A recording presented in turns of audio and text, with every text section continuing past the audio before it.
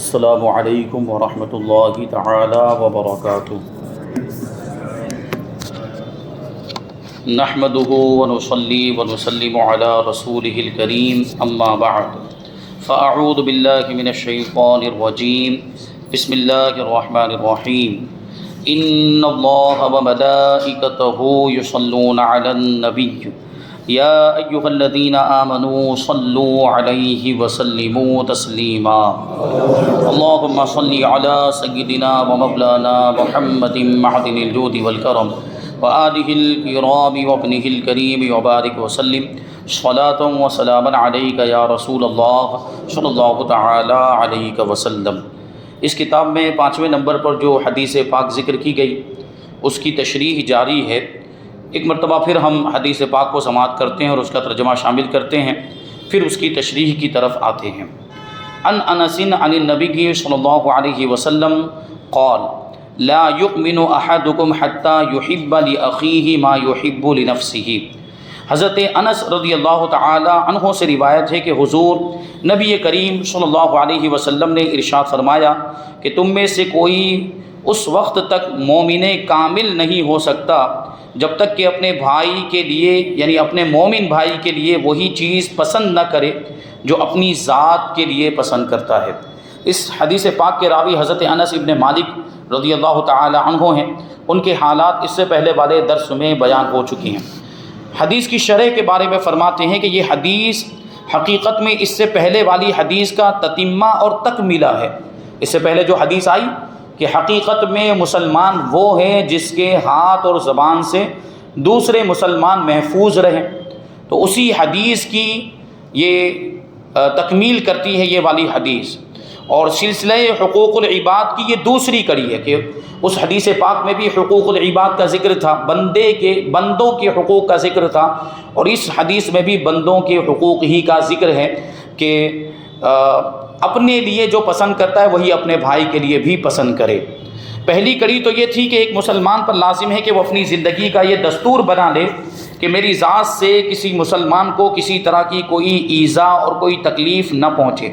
اور دوسری کڑی یہ ہے کہ مسلمان اس ذرّی اصول کو، اس سنہرے اصول کو اپنا ضابطۂ حیات بنا لے، یعنی اپنی زندگی کا ضابطہ بنا لے کہ جو کچھ اور جیسے سلوک و معاملات کو وہ اپنے لیے پسند کرتا ہے وہی دوسرے مسلمانوں کے لیے بھی پسند کرے۔ مثلا ہر شخص اپنی ذات کے لیے یہ پسند کرتا ہے کہ کوئی مجھ کو نقصان نہ پہنچائے، کوئی میری بے آبروئی بے عزتی نہ کرے، کوئی میرے ساتھ بدسلوکی بد معاملگی بدتمیزی نہ کرے، کوئی مجھے دھوکہ اور فریب نہ دے، کوئی مجھ کو اور میرے رشتہ داروں اور محبت والوں کو نہ ستائے۔ یوں ہی ہر شخص اپنے لیے یہ پسند کرتا ہے کہ مجھے عزت و آبرو مال و دولت تندرستی اور سلامتی ملے، میری ہر چیز اچھی ہو، میری زندگی اچھی گزرے اور مجھے ہر طرح کا آرام اور راحت ملے وغیرہ وغیرہ، یعنی مجھے ساری نعمتیں ملیں۔ ہر انسان یہی چاہتا ہے اپنے تعلق سے انسان کی یہی خواہش ہوتی ہے کہ مجھے ساری نعمتیں مل جائیں، ساری اچھائیاں مل جائیں اور ساری برائیوں سے میں محفوظ ہو جاؤں، سارے نقصانات سے محفوظ ہو جاؤں۔ تو اپنے بھائی کے لیے بھی یہی ساری چیزیں پسند کرنی چاہیے۔ اب اس حدیث کی روشنی میں ہر شخص پر لازم ہے کہ وہ اپنی ذات کے لیے جو کچھ اور جن جن چیزوں کو پسند کرتا ہے وہ ہر مسلمان کے لیے بھی پسند کرے۔ اور ظاہر ہے کہ جب کوئی مسلمان اس طرز فکر اور اس طریقے کو اپنی زندگی کا دستور حیات بنا لے گا تو پھر وہ کسی مسلمان کی کبھی بھی کوئی حق تلفی نہیں کرے گا، یعنی کبھی بھی کسی مسلمان کا حق نہیں مارے گا، اور وہ حرص و حسد، لالچ، جلن، بغض و کینہ، دشمنی، عداوت، نفاق و شقاق، بدبختی اور جنگ و جدال، لڑائی جھگڑا، اختلاف، انتشار، کشت و قتال وغیرہ تمام اخلاق رذیلہ سے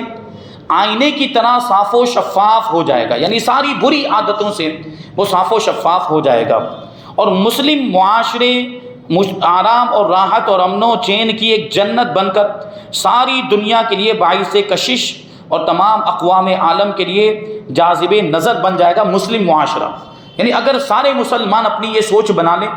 اور اپنے سوچنے کا یہ زاویہ، اپنی فکر کا یہ زاویہ متعین کر لیں کہ ہم اپنے ہر مسلمان بھائی کے لیے وہی پسند کریں گے جو اپنے لیے پسند کرتے ہیں، تو ظاہر سی بات ہے معاشرے سے بہت ساری برائیاں ختم ہو جائے گی، بلکہ تقریباً ساری برائیاں ختم ہو جائے گی، اور معاشرہ امن و سکون اور سلامتی اور شانتی کا گہوارہ بن جائے گا، اور دنیا کے لیے ہمارا معاشرہ یعنی اسلامی معاشرہ ایک مثال بن جائے گا، بلکہ ایک جنت کا نمونہ بن جائے گا، کتنا اس میں سکون ہوگا،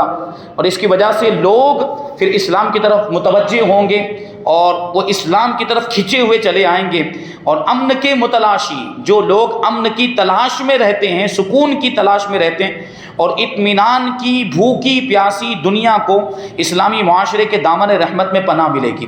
جو سکون چاہتے ہیں، جو راحت چاہتے ہیں، جو امن اور اطمینان چاہتے ہیں، ان کو اسلام کے دامن میں سکون ملے گا، اور پھر ہم مسلمان اس منزل میں ہوں گے کہ علی الاعلان یعنی کھلے عام ساری دنیا میں یہ اعلان نشر کریں گے، اور لوگوں سے یہ ہم ببانگ دہل یہ بات کہیں گے کہ کہہ دو یہ ایٹم و سائنس کے مت والوں سے، تھام لو دامن حق اب بھی سنبھل جاؤ گے، گر کیا تم نے محمد صلی اللہ علیہ وسلم کی اطاعت سے گریز، یعنی اگر تم نے محمد صلی اللہ علیہ وسلم کی اطاعت نہیں کی، اس سے دور بھاگے، اپنی بھڑکائی ہوئی آگ میں خود ہی جل جاؤ گے۔ یعنی ساری نعمتیں اور سارا سکون اور سارا اطمینان تو حضور پاک صلی اللہ علیہ وسلم کے قدموں سے وابستہ ہے، ساری عزتیں حضور پاک صلی اللہ علیہ وسلم کے قدموں میں ہیں۔ جو حضور کے قدموں سے وابستہ ہو گیا، جو حضور کی ذات سے وابستہ ہو گیا، وہ عزت والا ہو جاتا ہے، اس کو امن اور سکون، سلامتی، شانتی، ساری نعمتیں میسر آتی ہیں۔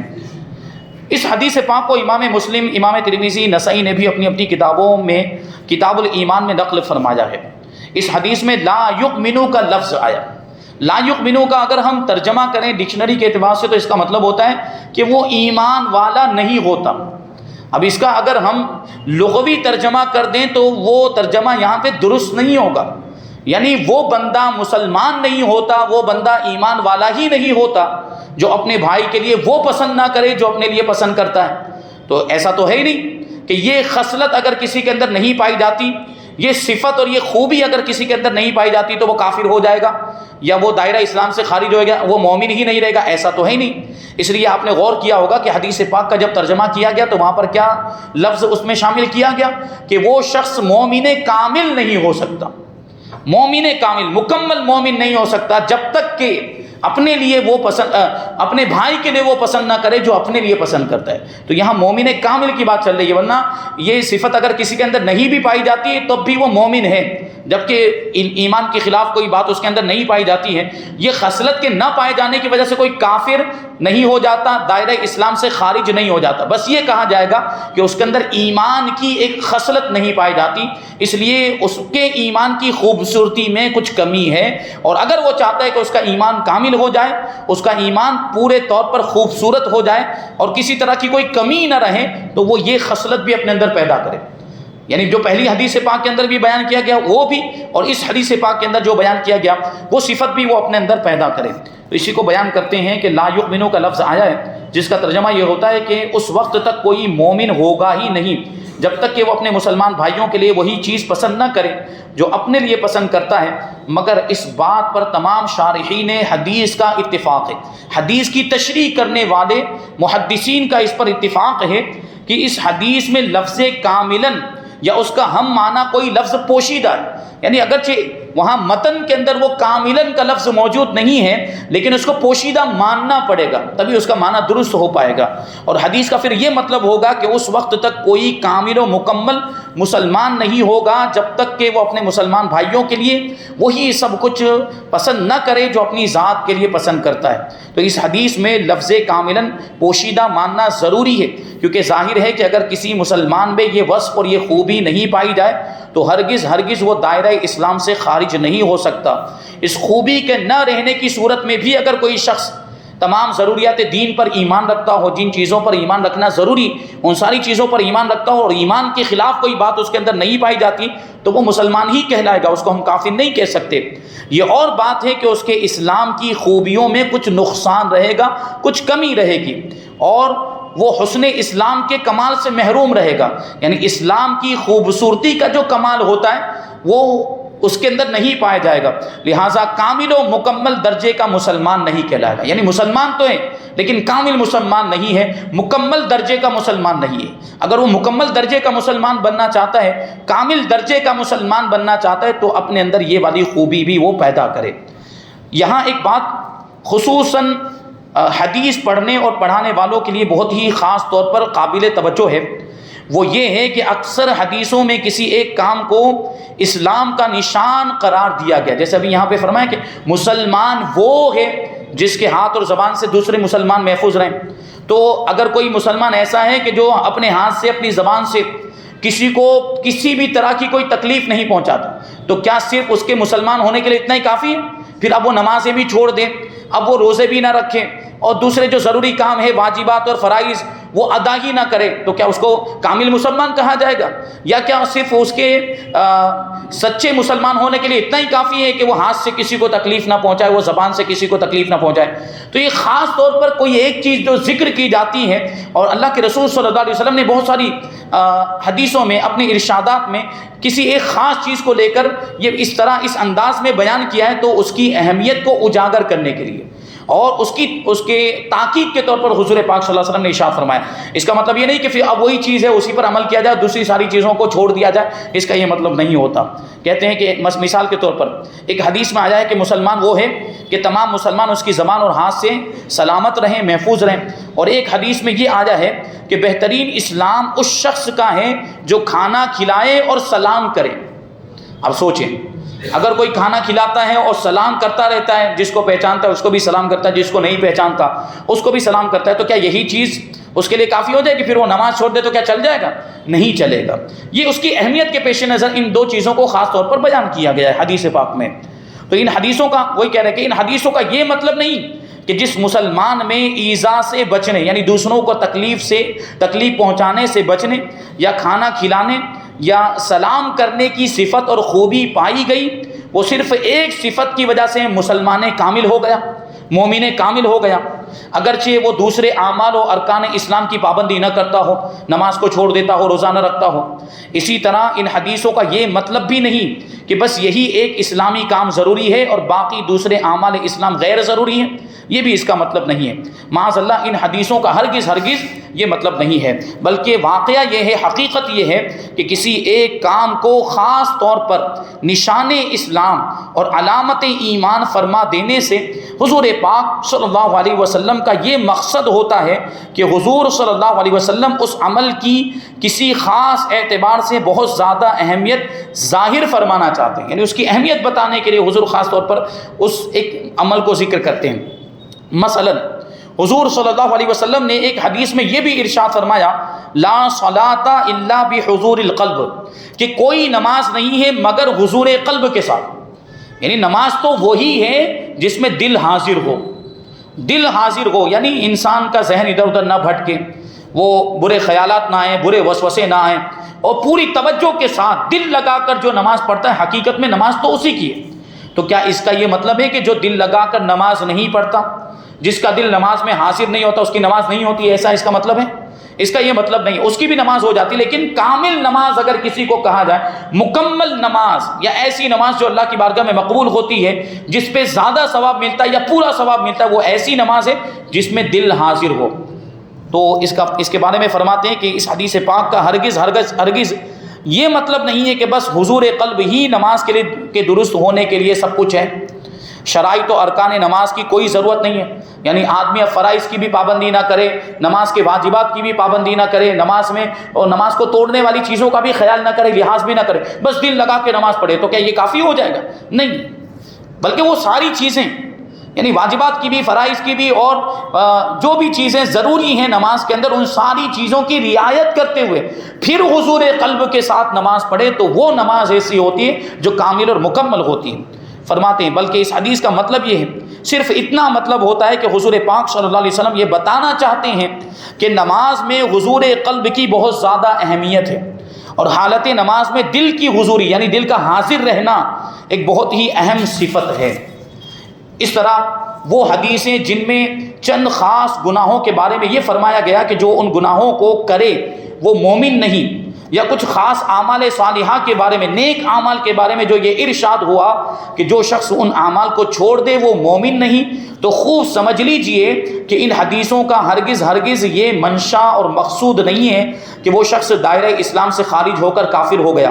بلکہ ان سب حدیثوں کا مقصد اور مطلب صرف یہ بتانا ہے کہ ان گناہوں کا کرنے والا اور ان اعمال صالحہ کا چھوڑنے والا کامل درجے کا مسلمان نہیں ہے، اور ایک مومن کامل کے اعلیٰ درجات اور بلند مقام سے وہ شخص محروم ہے۔ یہ خوب اچھی طرح ذہن نشین کر لیجئے کہ ان حدیثوں کا مقصد قانون شرعی بیان کرنا یا کفر کا فتویٰ دینا نہیں ہے، بلکہ ان حدیثوں کا مقصد برے کاموں کی برائیوں کو بہت شدید اور سخت بتا کر شدت کے ساتھ اس سے مسلمانوں کو روکنا، اور اچھے کاموں کی اچھائی کو بہت زیادہ اچھا بتا کر اس کام پر مسلمانوں کو رغبت دلانا ہے۔ ان حدیثوں کا یہ مقصد ہوتا ہے۔ در حقیقت کلام نبوت کے طرز خطاب کی خصوصیات سے ناواقفیت اور ان حدیثوں کے اصل مفہوم سے بے خبری ہی کا نتیجہ ہے کہ فرقہ معتزلہ اور خوارج نے ان حدیثوں کے ظاہری معنی مراد لے کر گنہگار مسلمانوں کو دائرہ اسلام سے خارج ہونے کا فتویٰ دے دیا، اور خود گمراہی کے انتہائی گہرے غار میں گر پڑے۔ یہ معتزلہ ایک گمراہ فرقہ اب یہ پہلے تھا، ختم ہو چکا ہے، اور خوارج کا فرقہ ان کا یہ عقیدہ ہے کہ اگر کوئی گناہ کبیرہ کرتا ہے تو وہ کافر ہو جاتا ہے، اگر کوئی بڑا گناہ کر لیتا ہے جن کو گناہ کبیرہ میں شمار کیا گیا، گناہ کبیرہ کے ارتکاب کی وجہ سے جو مرتکب ہے وہ دائرہ اسلام سے خارج ہو جاتا ہے اور کافر ہو جاتا ہے۔ ان حدیث کے ظاہر کو دیکھ کر ان لوگوں نے یہ نتیجہ نکالا اور یہ فتویٰ دے دیا، جبکہ یہ سراسر غلط بات ہے۔ اسی طرح اس زمانے کے بعض جاہل، یہ مصنف علیہ رحمہ فرماتے ہیں کہ بعض جاہل مبلغ جو حدیثوں کا صرف ترجمہ پڑھ پڑھ کے تبلیغ کرنے لگے، یعنی پورے عالم نہیں ہیں، مدرسے میں جا کر تعلیم حاصل نہیں کی، بس تھوڑی سی اردو جانتے ہیں تو اردو کتابوں میں حدیث پڑھ لی، اس کا ترجمہ پڑھ لیا اور پھر تبلیغ کرنا شروع کر دیتے ہیں۔ وہ بھی اپنی جہالت سے ان حدیثوں کا یہی مطلب بتاتے پھرتے ہیں، مثلا یہ بھی کہہ دیتے ہیں کہ تاریک نماز مسلمان ہی نہیں، یعنی جو نماز چھوڑنے والا ہے وہ مسلمان نہیں، حالانکہ نماز چھوڑنے کی وجہ سے کوئی کافر نہیں ہوتا، نماز چھوڑنے کی وجہ سے آدمی گنہگار ہوتا ہے، بہت بڑا گناہ ہے نماز کو چھوڑنا، نماز کو چھوڑنا حرام ہے، لیکن نماز کو چھوڑنے کی وجہ سے عام حالات میں آدمی کافر نہیں ہوتا۔ ہاں، اگر نماز کے چھوڑنے کو جائز سمجھتے ہوئے چھوڑتا ہے، یا یوں سمجھتے ہوئے کہ نماز فرض نہیں، نماز ضروری نہیں ہے اس لیے چھوڑ دیتا، اس کا یہ عقیدہ ہے، تو اب چونکہ اس نے نماز کی فرضیت کا انکار کر دیا، اور نماز کی فرضیت کا انکار یہ قرآن و حدیث کا انکار ہے، اور جو قرآن و حدیث کا انکار کرے وہ کافر ہو جاتا ہے، وہ الگ بات ہے۔ لیکن عام حالات میں نماز کو فرض جانتے ہوئے بھی عام مومنوں کا، عام مسلمانوں کا یہی حال ہے کہ نماز کو ضروری سمجھتے ہیں، لیکن اپنی کوتاہی کی وجہ سے، شامت نفس کی وجہ سے، شیطان کے بہکاوے میں آ کر نہیں پڑھتے، چھوڑ دیتے، تو ایسے لوگ گنہگار تو ہیں لیکن کافر نہیں ہیں، ان کو کافر نہیں کہا جا سکتا۔ تو اب یہ لوگ جو حدیثوں کا ظاہری ترجمہ کر دیتے ہیں اور کہہ دیتے ہیں کہ نماز چھوڑنے والا مسلمان نہیں، جس میں عہد و ایمان کی پابندی نہ ہو وہ بھی مسلمان نہیں، حالانکہ حدیث کا یہ مطلب بالکل ہی غلط ہے، کیونکہ تارک نماز یقیناً مسلمان ہے، نماز کو چھوڑنے والا یقیناً مسلمان ہے۔ یہ اور بات ہے کہ وہ کامل درجے کا مسلمان نہیں ہے، نماز نہ پڑھنے کی وجہ سے وہ اس درجے میں کمی آ گئی، ایمان کے درجے میں کمی آ گئی اور ایمان کے کمال میں کمی آ گئی۔ اسی طرح عہد و امانت کی پابندی نہ کرنے والا اگرچہ گنہگار ہے مگر بلا شبہ وہ مسلمان۔ یہ جو وعدہ خلافی کرتا ہے یا جو امانت میں خیانت کرتا ہے یہ بہت بڑا گناہ ہے، وعدہ خلافی کرنا بھی بہت بڑا گناہ ہے اور امانت میں خیانت کرنا بھی بہت بڑا گناہ ہے، لیکن اس کی وجہ سے کوئی کافر نہیں ہوتا۔ ایمان میں کمی آتی ہے، ایمان کی کیفیت میں کمی آتی ہے، لیکن اس سے وہ کافر نہیں ہوتا، دائرہ اسلام سے خارج نہیں ہوتا۔ بہرکیف علماء اہل سنت کا یہ فرض ہے کہ وہ جب بھی اس قسم کی حدیثوں کو بیان فرمائیں تو ان کی حقیقی پوزیشن کو بھی تفصیل کے ساتھ ضرور واضح کر دیں، تاکہ خالی الذہن عوام گمراہی کا شکار نہ ہو۔ وہ عوام جن کے پاس علم نہیں ہوتا تو ان کے سامنے یہ بات بتانا ضروری ہے، اور عوام کا فرض ہے کہ وہ جاہل مبلغوں کو ہرگز منبر رسول پر نہ آنے دیں اور کبھی بھی ان کا وعظ نہ سنیں، ورنہ بہت بڑا خطرہ ہے کہ ان جاہلوں کی زبان سے حدیثوں کا غلط مطلب سن کر کہیں سامعین کا عقیدہ خراب نہ ہو جائے اور ایمان برباد نہ ہو جائے۔ اللہ تبارک و تعالیٰ کی بارگاہ میں دعا ہے کہ وہ ہمیں حضور پاک صلی اللہ علیہ وسلم کی پیاری پیاری حدیثوں پر عمل کرنے کی توفیق عطا فرمائے اور گمراہی سے ہم سب کی حفاظت فرمائے، اور صحیح جو تعلیمات ہیں، اسلام کی تعلیمات ہیں، اس پر ہم سب کو عمل کرنے کی توفیق عطا فرمائے۔ تو یہاں پر حدیث نمبر 5 کی تشریح مکمل ہو گئی۔ اس کے بعد جو حدیث ہے، حدیث نمبر 6، وہ نفاق کی علامتوں کے بارے میں۔ نفاق مطلب اندر کچھ اور ہو، باہر کچھ اور ہو، ظاہر اور باطن دونوں ایک دوسرے کے اپوزٹ ہو۔ تو یہ نفاق کے بارے میں کچھ باتیں انشاءاللہ تبارک و تعالیٰ آنے والی حدیث میں آئیں گی، اور بہت ہی معلومات والی حدیث ہے اور قابل